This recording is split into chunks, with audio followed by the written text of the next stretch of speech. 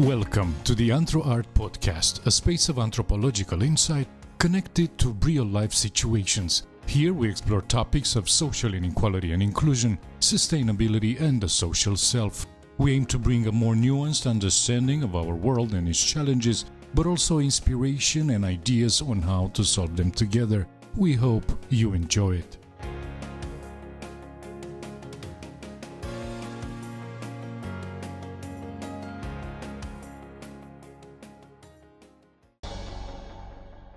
Research and Reflections on Far-Right Paramilitaries in Hungary in 2011, a text written by Manuel Mireanu for Anthro Art, read by Daniel Popa.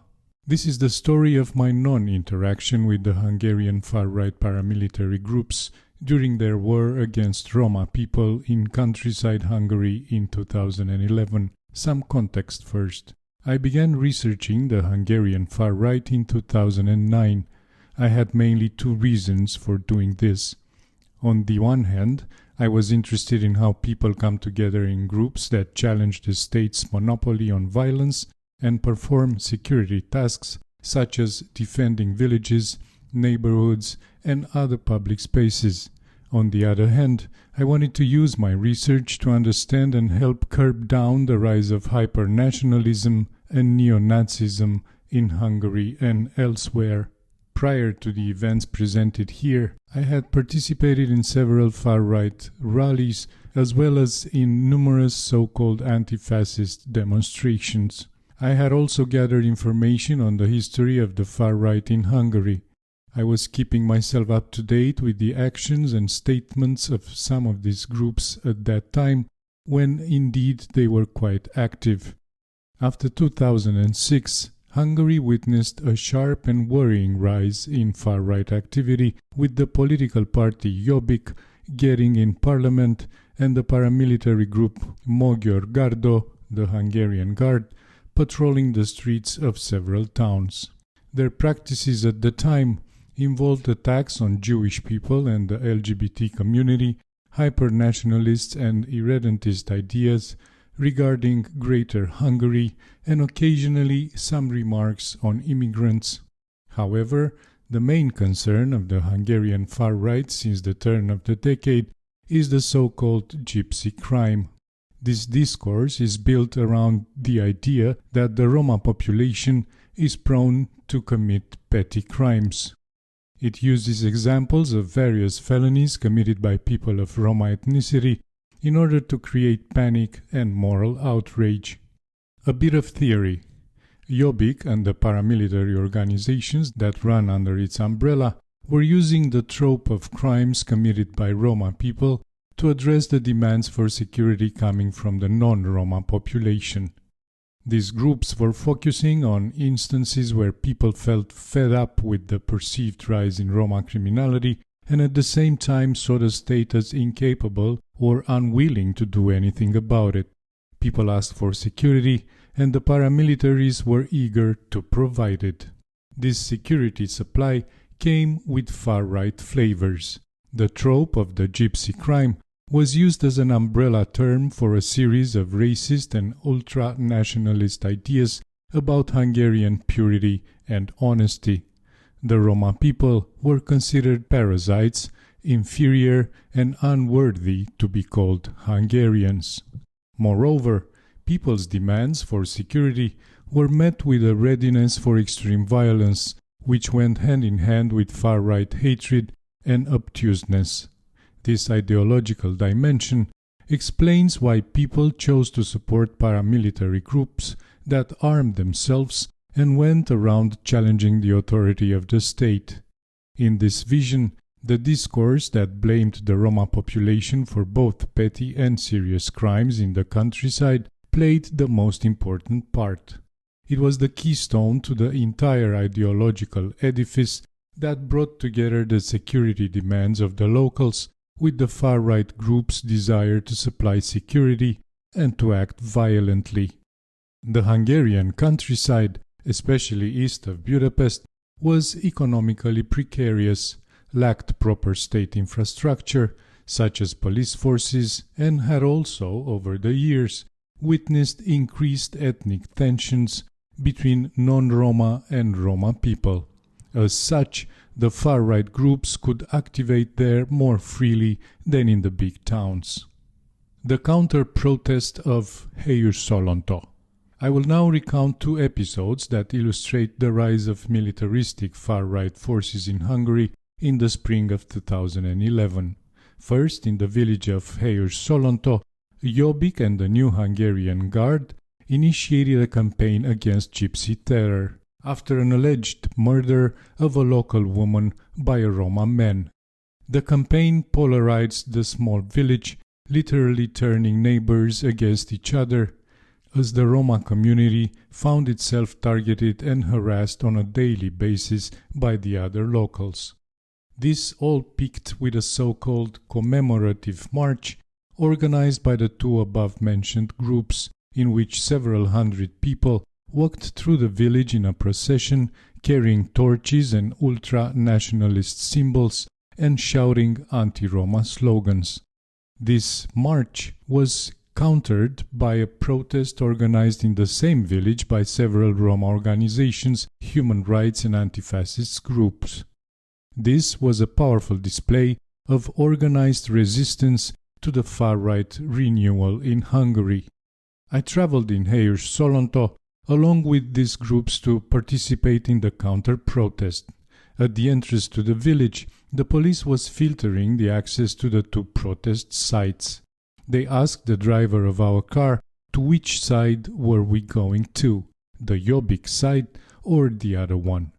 The counter-protest was rather small, especially when compared to the large cortege of the far-right supporters. This cortege was parading around the village, while our small counter-protest was confined to a street that was perpendicular to the route of Jobbik's march. Therefore, the only moment of contact, visual and sound-wise, was when the procession passed in front of us. This point was heavily policed and fenced off with metal barricades in order to prevent any physical contact. The Jobbik supporters had lit torches, Hungarian flags, as well as a variety of far-right symbols, such as the Arpad flag, which was illegal in Hungary. They were constantly hurling racist insults at us, the counter-protesters. My group had banners that were saying Nazi-free Hungary, and a few of us were convinced that the verbal violence coming from the other side needed a proper, meaning violent, response. However, the mayor of the village urged everybody to keep civil and refrain from any provocation. During the entire time that it took the Jobbik cortege to pass in front of us, the counter-protesters, encouraged by the mayor, sang the Hungarian anthem. This was a gesture meant to show that we are all Hungarians, despite the racist invectives coming from the Jobbik side. After this encounter, I started to feel uneasy about calling the Jobbik supporters Nazis.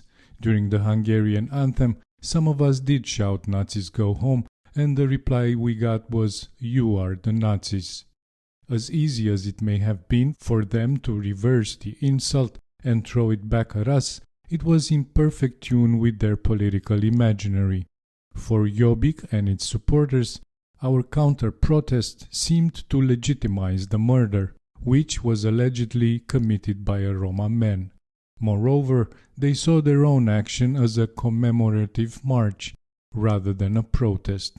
I understood this better when talking to a local woman, who told us very vividly how unbearable her life is among the Roma people. The sight of a big cortege parading in the village in the night with torches and flags and shouting obscenities at us was, of course, as unpleasant and frightening as it can get.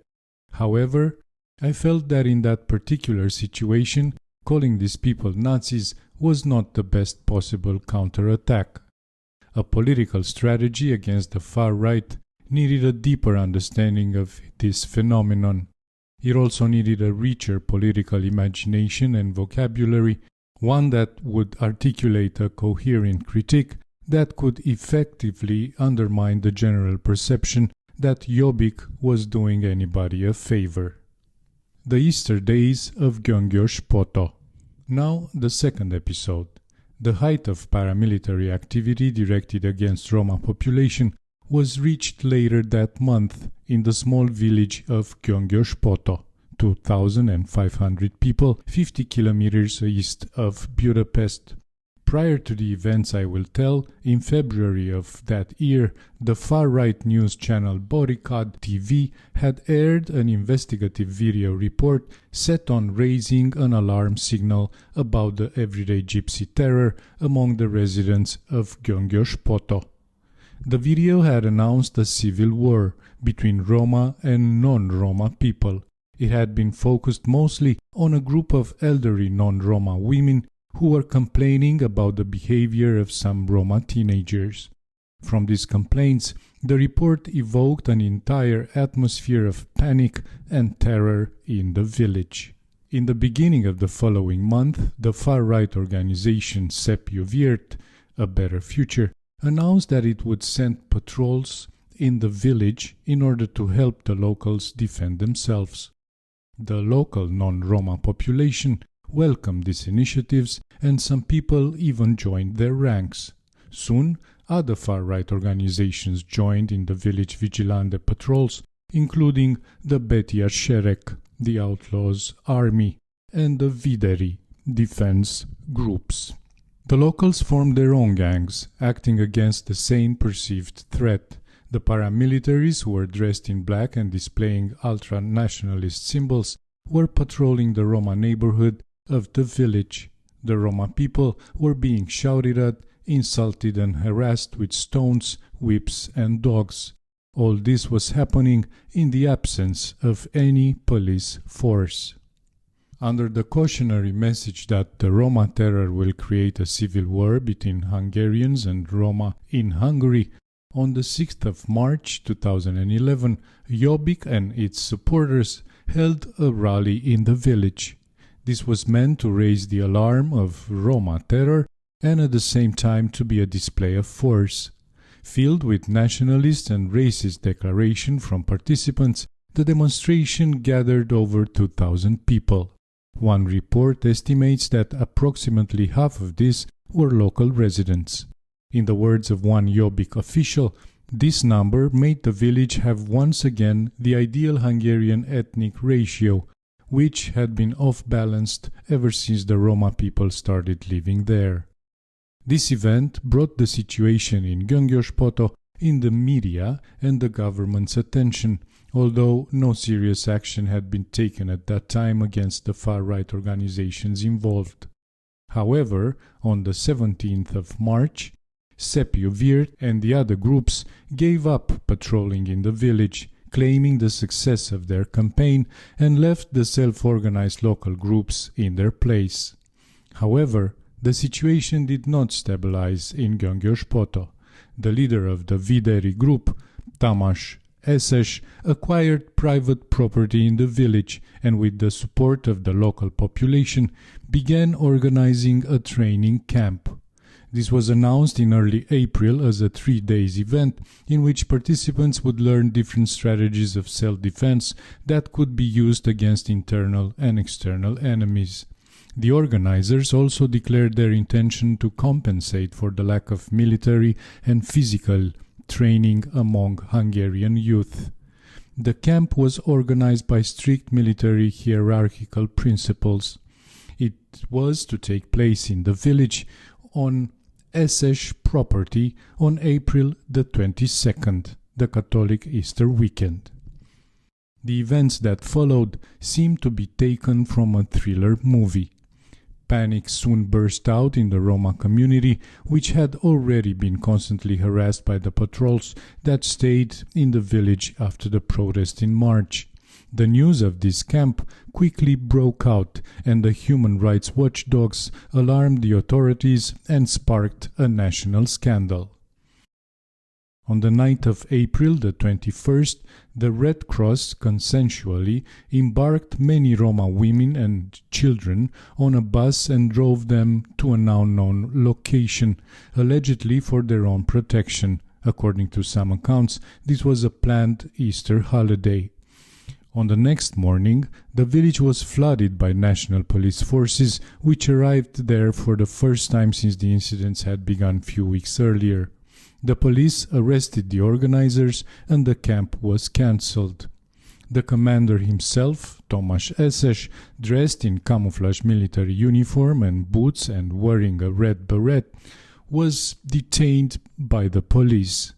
Sándor Pinter, the Hungarian Minister of Interior, also arrived on the spot in an attempt to calm the situation. In the afternoon of that same day, groups of human rights activists and social workers arrived in the village to express solidarity with the Roma community and to bring them food and aid. There were mostly adult and old Roma men in the village.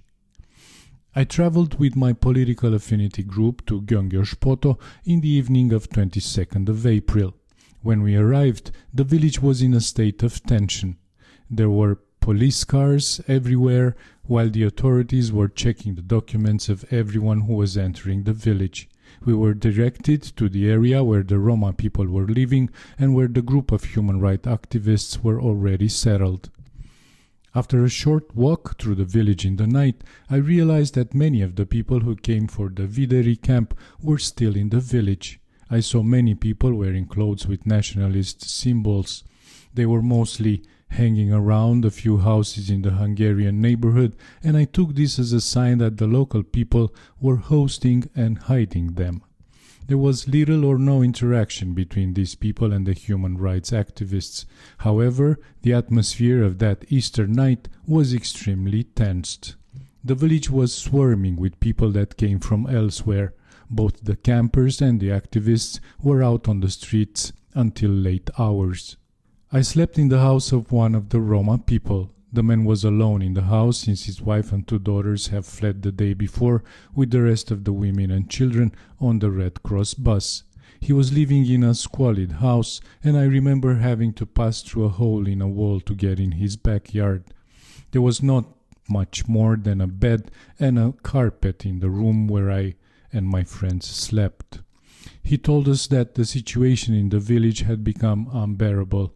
His children were constantly being harassed for being Roma. His house got attacked several times with bottles and stones during the night. To my surprise, he insisted that we sleep with the TV on, as he usually did, for fear that he will be attacked in the night. The next day we spent the time with the local Roma people. We did some basic things together, such as cleaning the creek that ran behind their houses or cooking the food that we brought from the city. At that time, we thought that these activities could be our modest contribution to these people's lives. By being there, expressing solidarity, gathering national, international support, standing with them against the patrols and showing them that they were not alone against the paramilitaries. More than a decade later, I feel less convinced that our presence there as human rights and anti-fascist activists actually made a difference. The Hungarian government soon issued an order that banned the usage of unauthorized military uniforms in public. However, on April the 25th, the court relieved all accused and closed the case. After his release, Eszes announced he would run for mayor in Gyöngyös-Poto. On the 26th of April, the remaining patrols resumed their harassment on the local Roma population. This resulted in a violent clash between the patrols and the Roma, with 4 people being hospitalized. One of these was a 14-year-old boy who I met in Gyöngyös-Poto, one of the few kids that did not make it on the Red Cross trip. We played ball together and shared cigarettes. Seeing him with a bruised face just a few days after we saw him last time, safe and sound in the village, was heartbreaking. The clash was captured by a surveillance camera and made public by the national police. In June, Eszes ran for mayor against the Jobbik incumbent, but gained only 10%. Over the summer, the government organized working camps in the village, intended to integrate unemployed people in the labor force. Welfare benefits were made dependent upon participating in these working camps, and the Roma population was explicitly targeted. In November, Tomasz Eszes committed suicide in his house in Gyöngyös-Poto. In the meantime, even if the conflict has de-escalated, some groups still patrolled for a while through the Roma neighborhood of the village. Conclusions. Over the following years, we clashed several times with the Hungarian far right. Occasionally, we had some minor victories too. However, the biggest blow to these groups was given after 2014 by the Orbán government itself, when it stole most of the far right's ideas and made Jobbik look like centrists. Did the presence of our group of Hungarian and international anti-fascists help in any way in these 2 episodes? It's hard to say. I do believe, however, that in theory, actions and practices directed against the far right could use more involvement in targeted communities, more concrete displays of solidarity, and more long-term interactions. As sociologists, anthropologists, political scientists, etc., we have the institutional resources to document, report, and systematize knowledge about far-right groups. Yet we also have the responsibility to use this knowledge in order to weave strategies of sustainable resistance against the rise of extremism. My research on the Hungarian paramilitaries was a feeble and perhaps failed attempt to go beyond gathering knowledge towards anti-fascist resistance.